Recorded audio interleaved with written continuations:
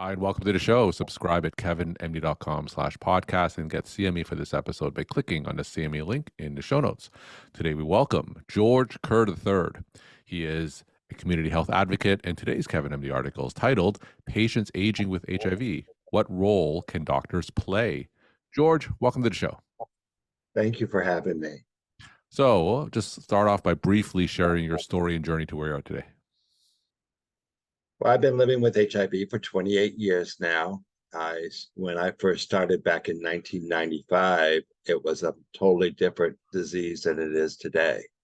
And at one point, I was taking 27 pills a day.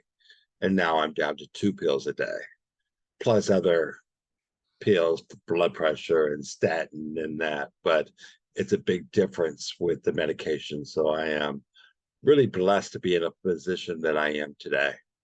All right. So, over the decades living with HIV, you've clearly seen the evolution. What are the remaining challenges today that patients with HIV face? You know, it's interesting enough. Stigma still is number one. And so, and then being educated about it because the disease has changed so much. And when you're aging with HIV, there is so much that you need to know. When I first started, the provider would take care of and schedule, okay, go here, do this, do that. Now it's really, you have to manage your own meds, manage the whole process yourself. And so a lot needs to still happen. Electronic medical records is a huge issue where my primary getting reports from specialists outside of my HIV care is somewhat of a challenge. One of the things you mentioned earlier was the stigma still persists today. What do you mean by that? And maybe give some examples of how the stigma currently persists. There's still people that don't truly understand how you get HIV. And, I'm hearing a lot about AIDS and AIDS medication and things of that nature. And so there needs to be more education on it's an HIV medication and this is what you need to do to protect yourself. There are PrEP out there now for those people that have not gotten it, and there needs to be more education about that. Doxy-PEP and other things to protect yourself. Now, you're a community health activist. Tell me some of the things that you're doing to try to overcome that stigma and educate the population about HIV today. Interesting enough, I just attended the United States Conference on HIV/AIDS. It was here in Washington, D.C., one of the largest ones we've had with over 4,000 people. And coming together and talking to community about that. And interesting enough, on a Lyft ride home one night, the Lyft driver asked me what's going on here. And I said, well, we're here for a conference. And he said, oh, yeah, what type? And I said, HIV and AIDS. And he said, oh, is that a tech conference? And so in that brief ride home, I was able to educate him about what HIV is and why it's still here, because there's a lot of people think there's a cure, particularly if you're rich, there's a cure and there's not. And so just, one-on-one conversations out in the community. All right. Let's talk about your Kevin MD article. And you touched upon this earlier about some of the issues patients with HIV face as they're aging. The Kevin MD article is titled Patients Aging with HIV. What role can doctors play? How did your article come together? I was talking to the doctor, Miranda Ward, about this, and I was interviewed about, aging with HIV. Mm. And so I started talking, and they said, well, there's really two articles here. And so there's got to be one for the clinicians. So after some much going back and forth, we decided to focus on that.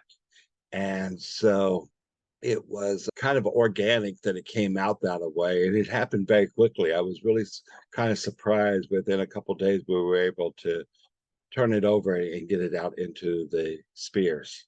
All right. Tell us some of the key points that you write about.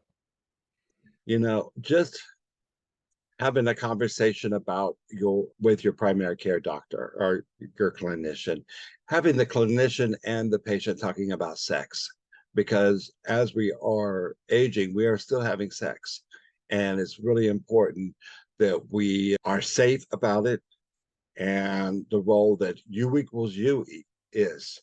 And there are some clinicians out there that know what that is, and some don't. And U equals U is undetectable, is untransmittable. And that's one of the key prevention messages that I think has been widely promoted recently. And I am so excited about that because that, once again, addressing stigma. And if you're HIV, that you're dirty. And we're not dirty. So you mentioned that half of all people with HIV are now over the age of 50. What unique challenges do older adults face when managing HIV? And how can doctors ask about it and address these unique challenges?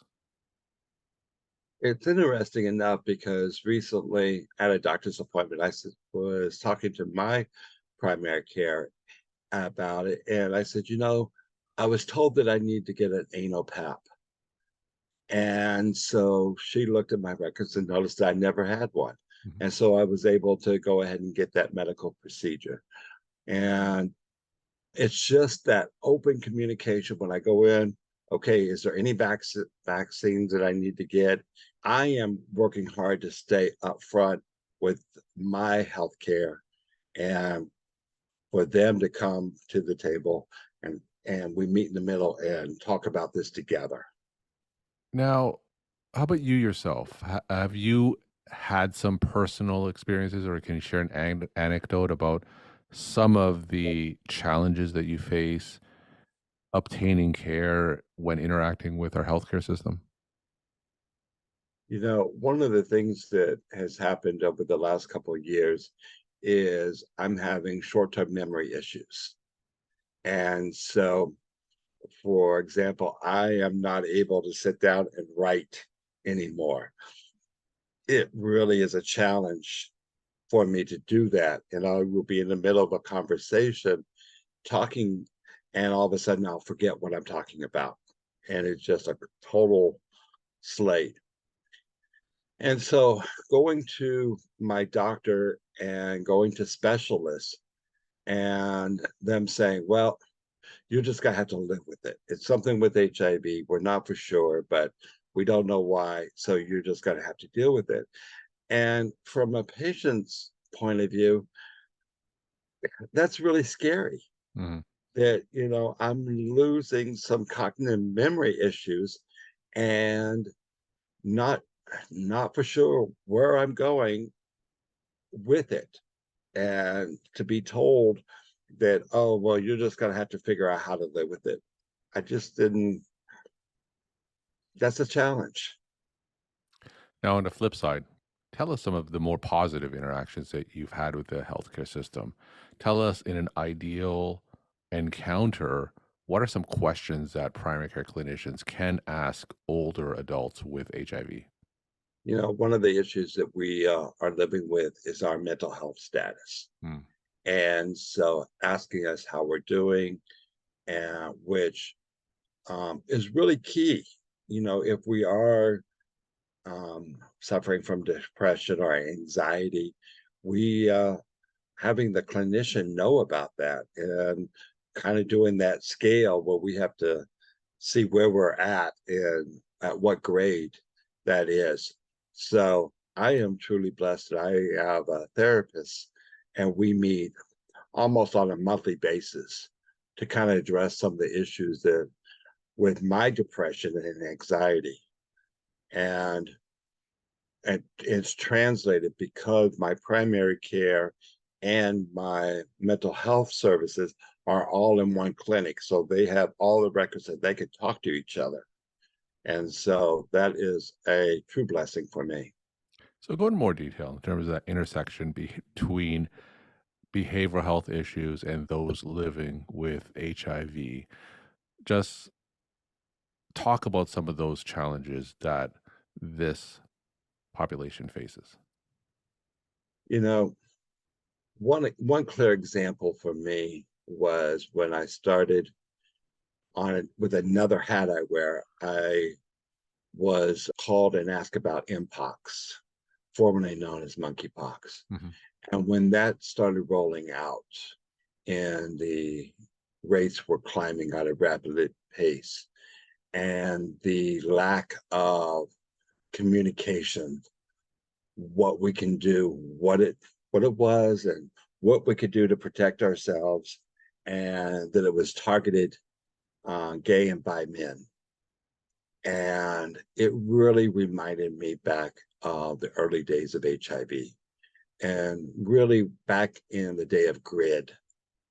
And so when that happened last year, and with the misstep with a public health messaging out to us, ever since then, really kind of thinking about the early days of grid and what we can do as a community, as an advocate, to really ensure that we get good communication, good public health communication out into the community. And with all the anti-science out there now, about vaccines, I've just recently got my second booster shot. And it's so key that we can trust the science, the FDA, and everyone, that what they're doing for us is really helping us. And I believe that, but I don't know if the wider community has bought into that.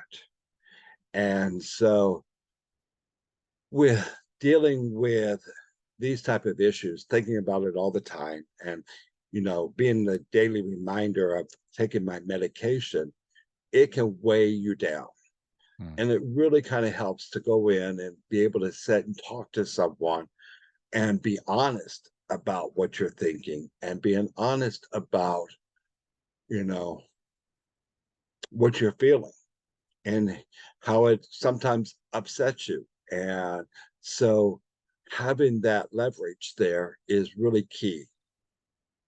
Talk about some of the resources patients with HIV have to turn to in case they need additional support. One of the resources is the 2-in-1 module that is talking about COVID and HIV. And so this brand out of the GW University, funded by Gilead. There is the Reunion Project, which is an organization that you can turn to about HIV and aging on the national level.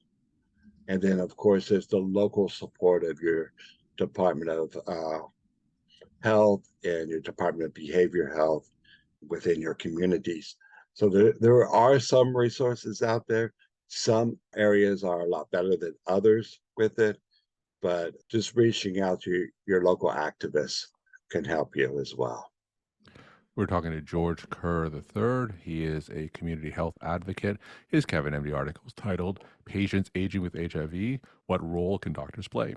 George, tell us some of your take-home messages that you want to leave with the Kevin MD audience. Well, there's for the clinicians, listen to your clients. And when they're saying that they are feeling a certain way, believe them. And, there's a lot that we're having to deal with, a lot of unknowns out there, and just be reassuring. And to the community, find a good clinician and be open to them about everything. George, thank you so much for sharing your perspective, time, and insight. And thanks again for coming on the show. Thank you.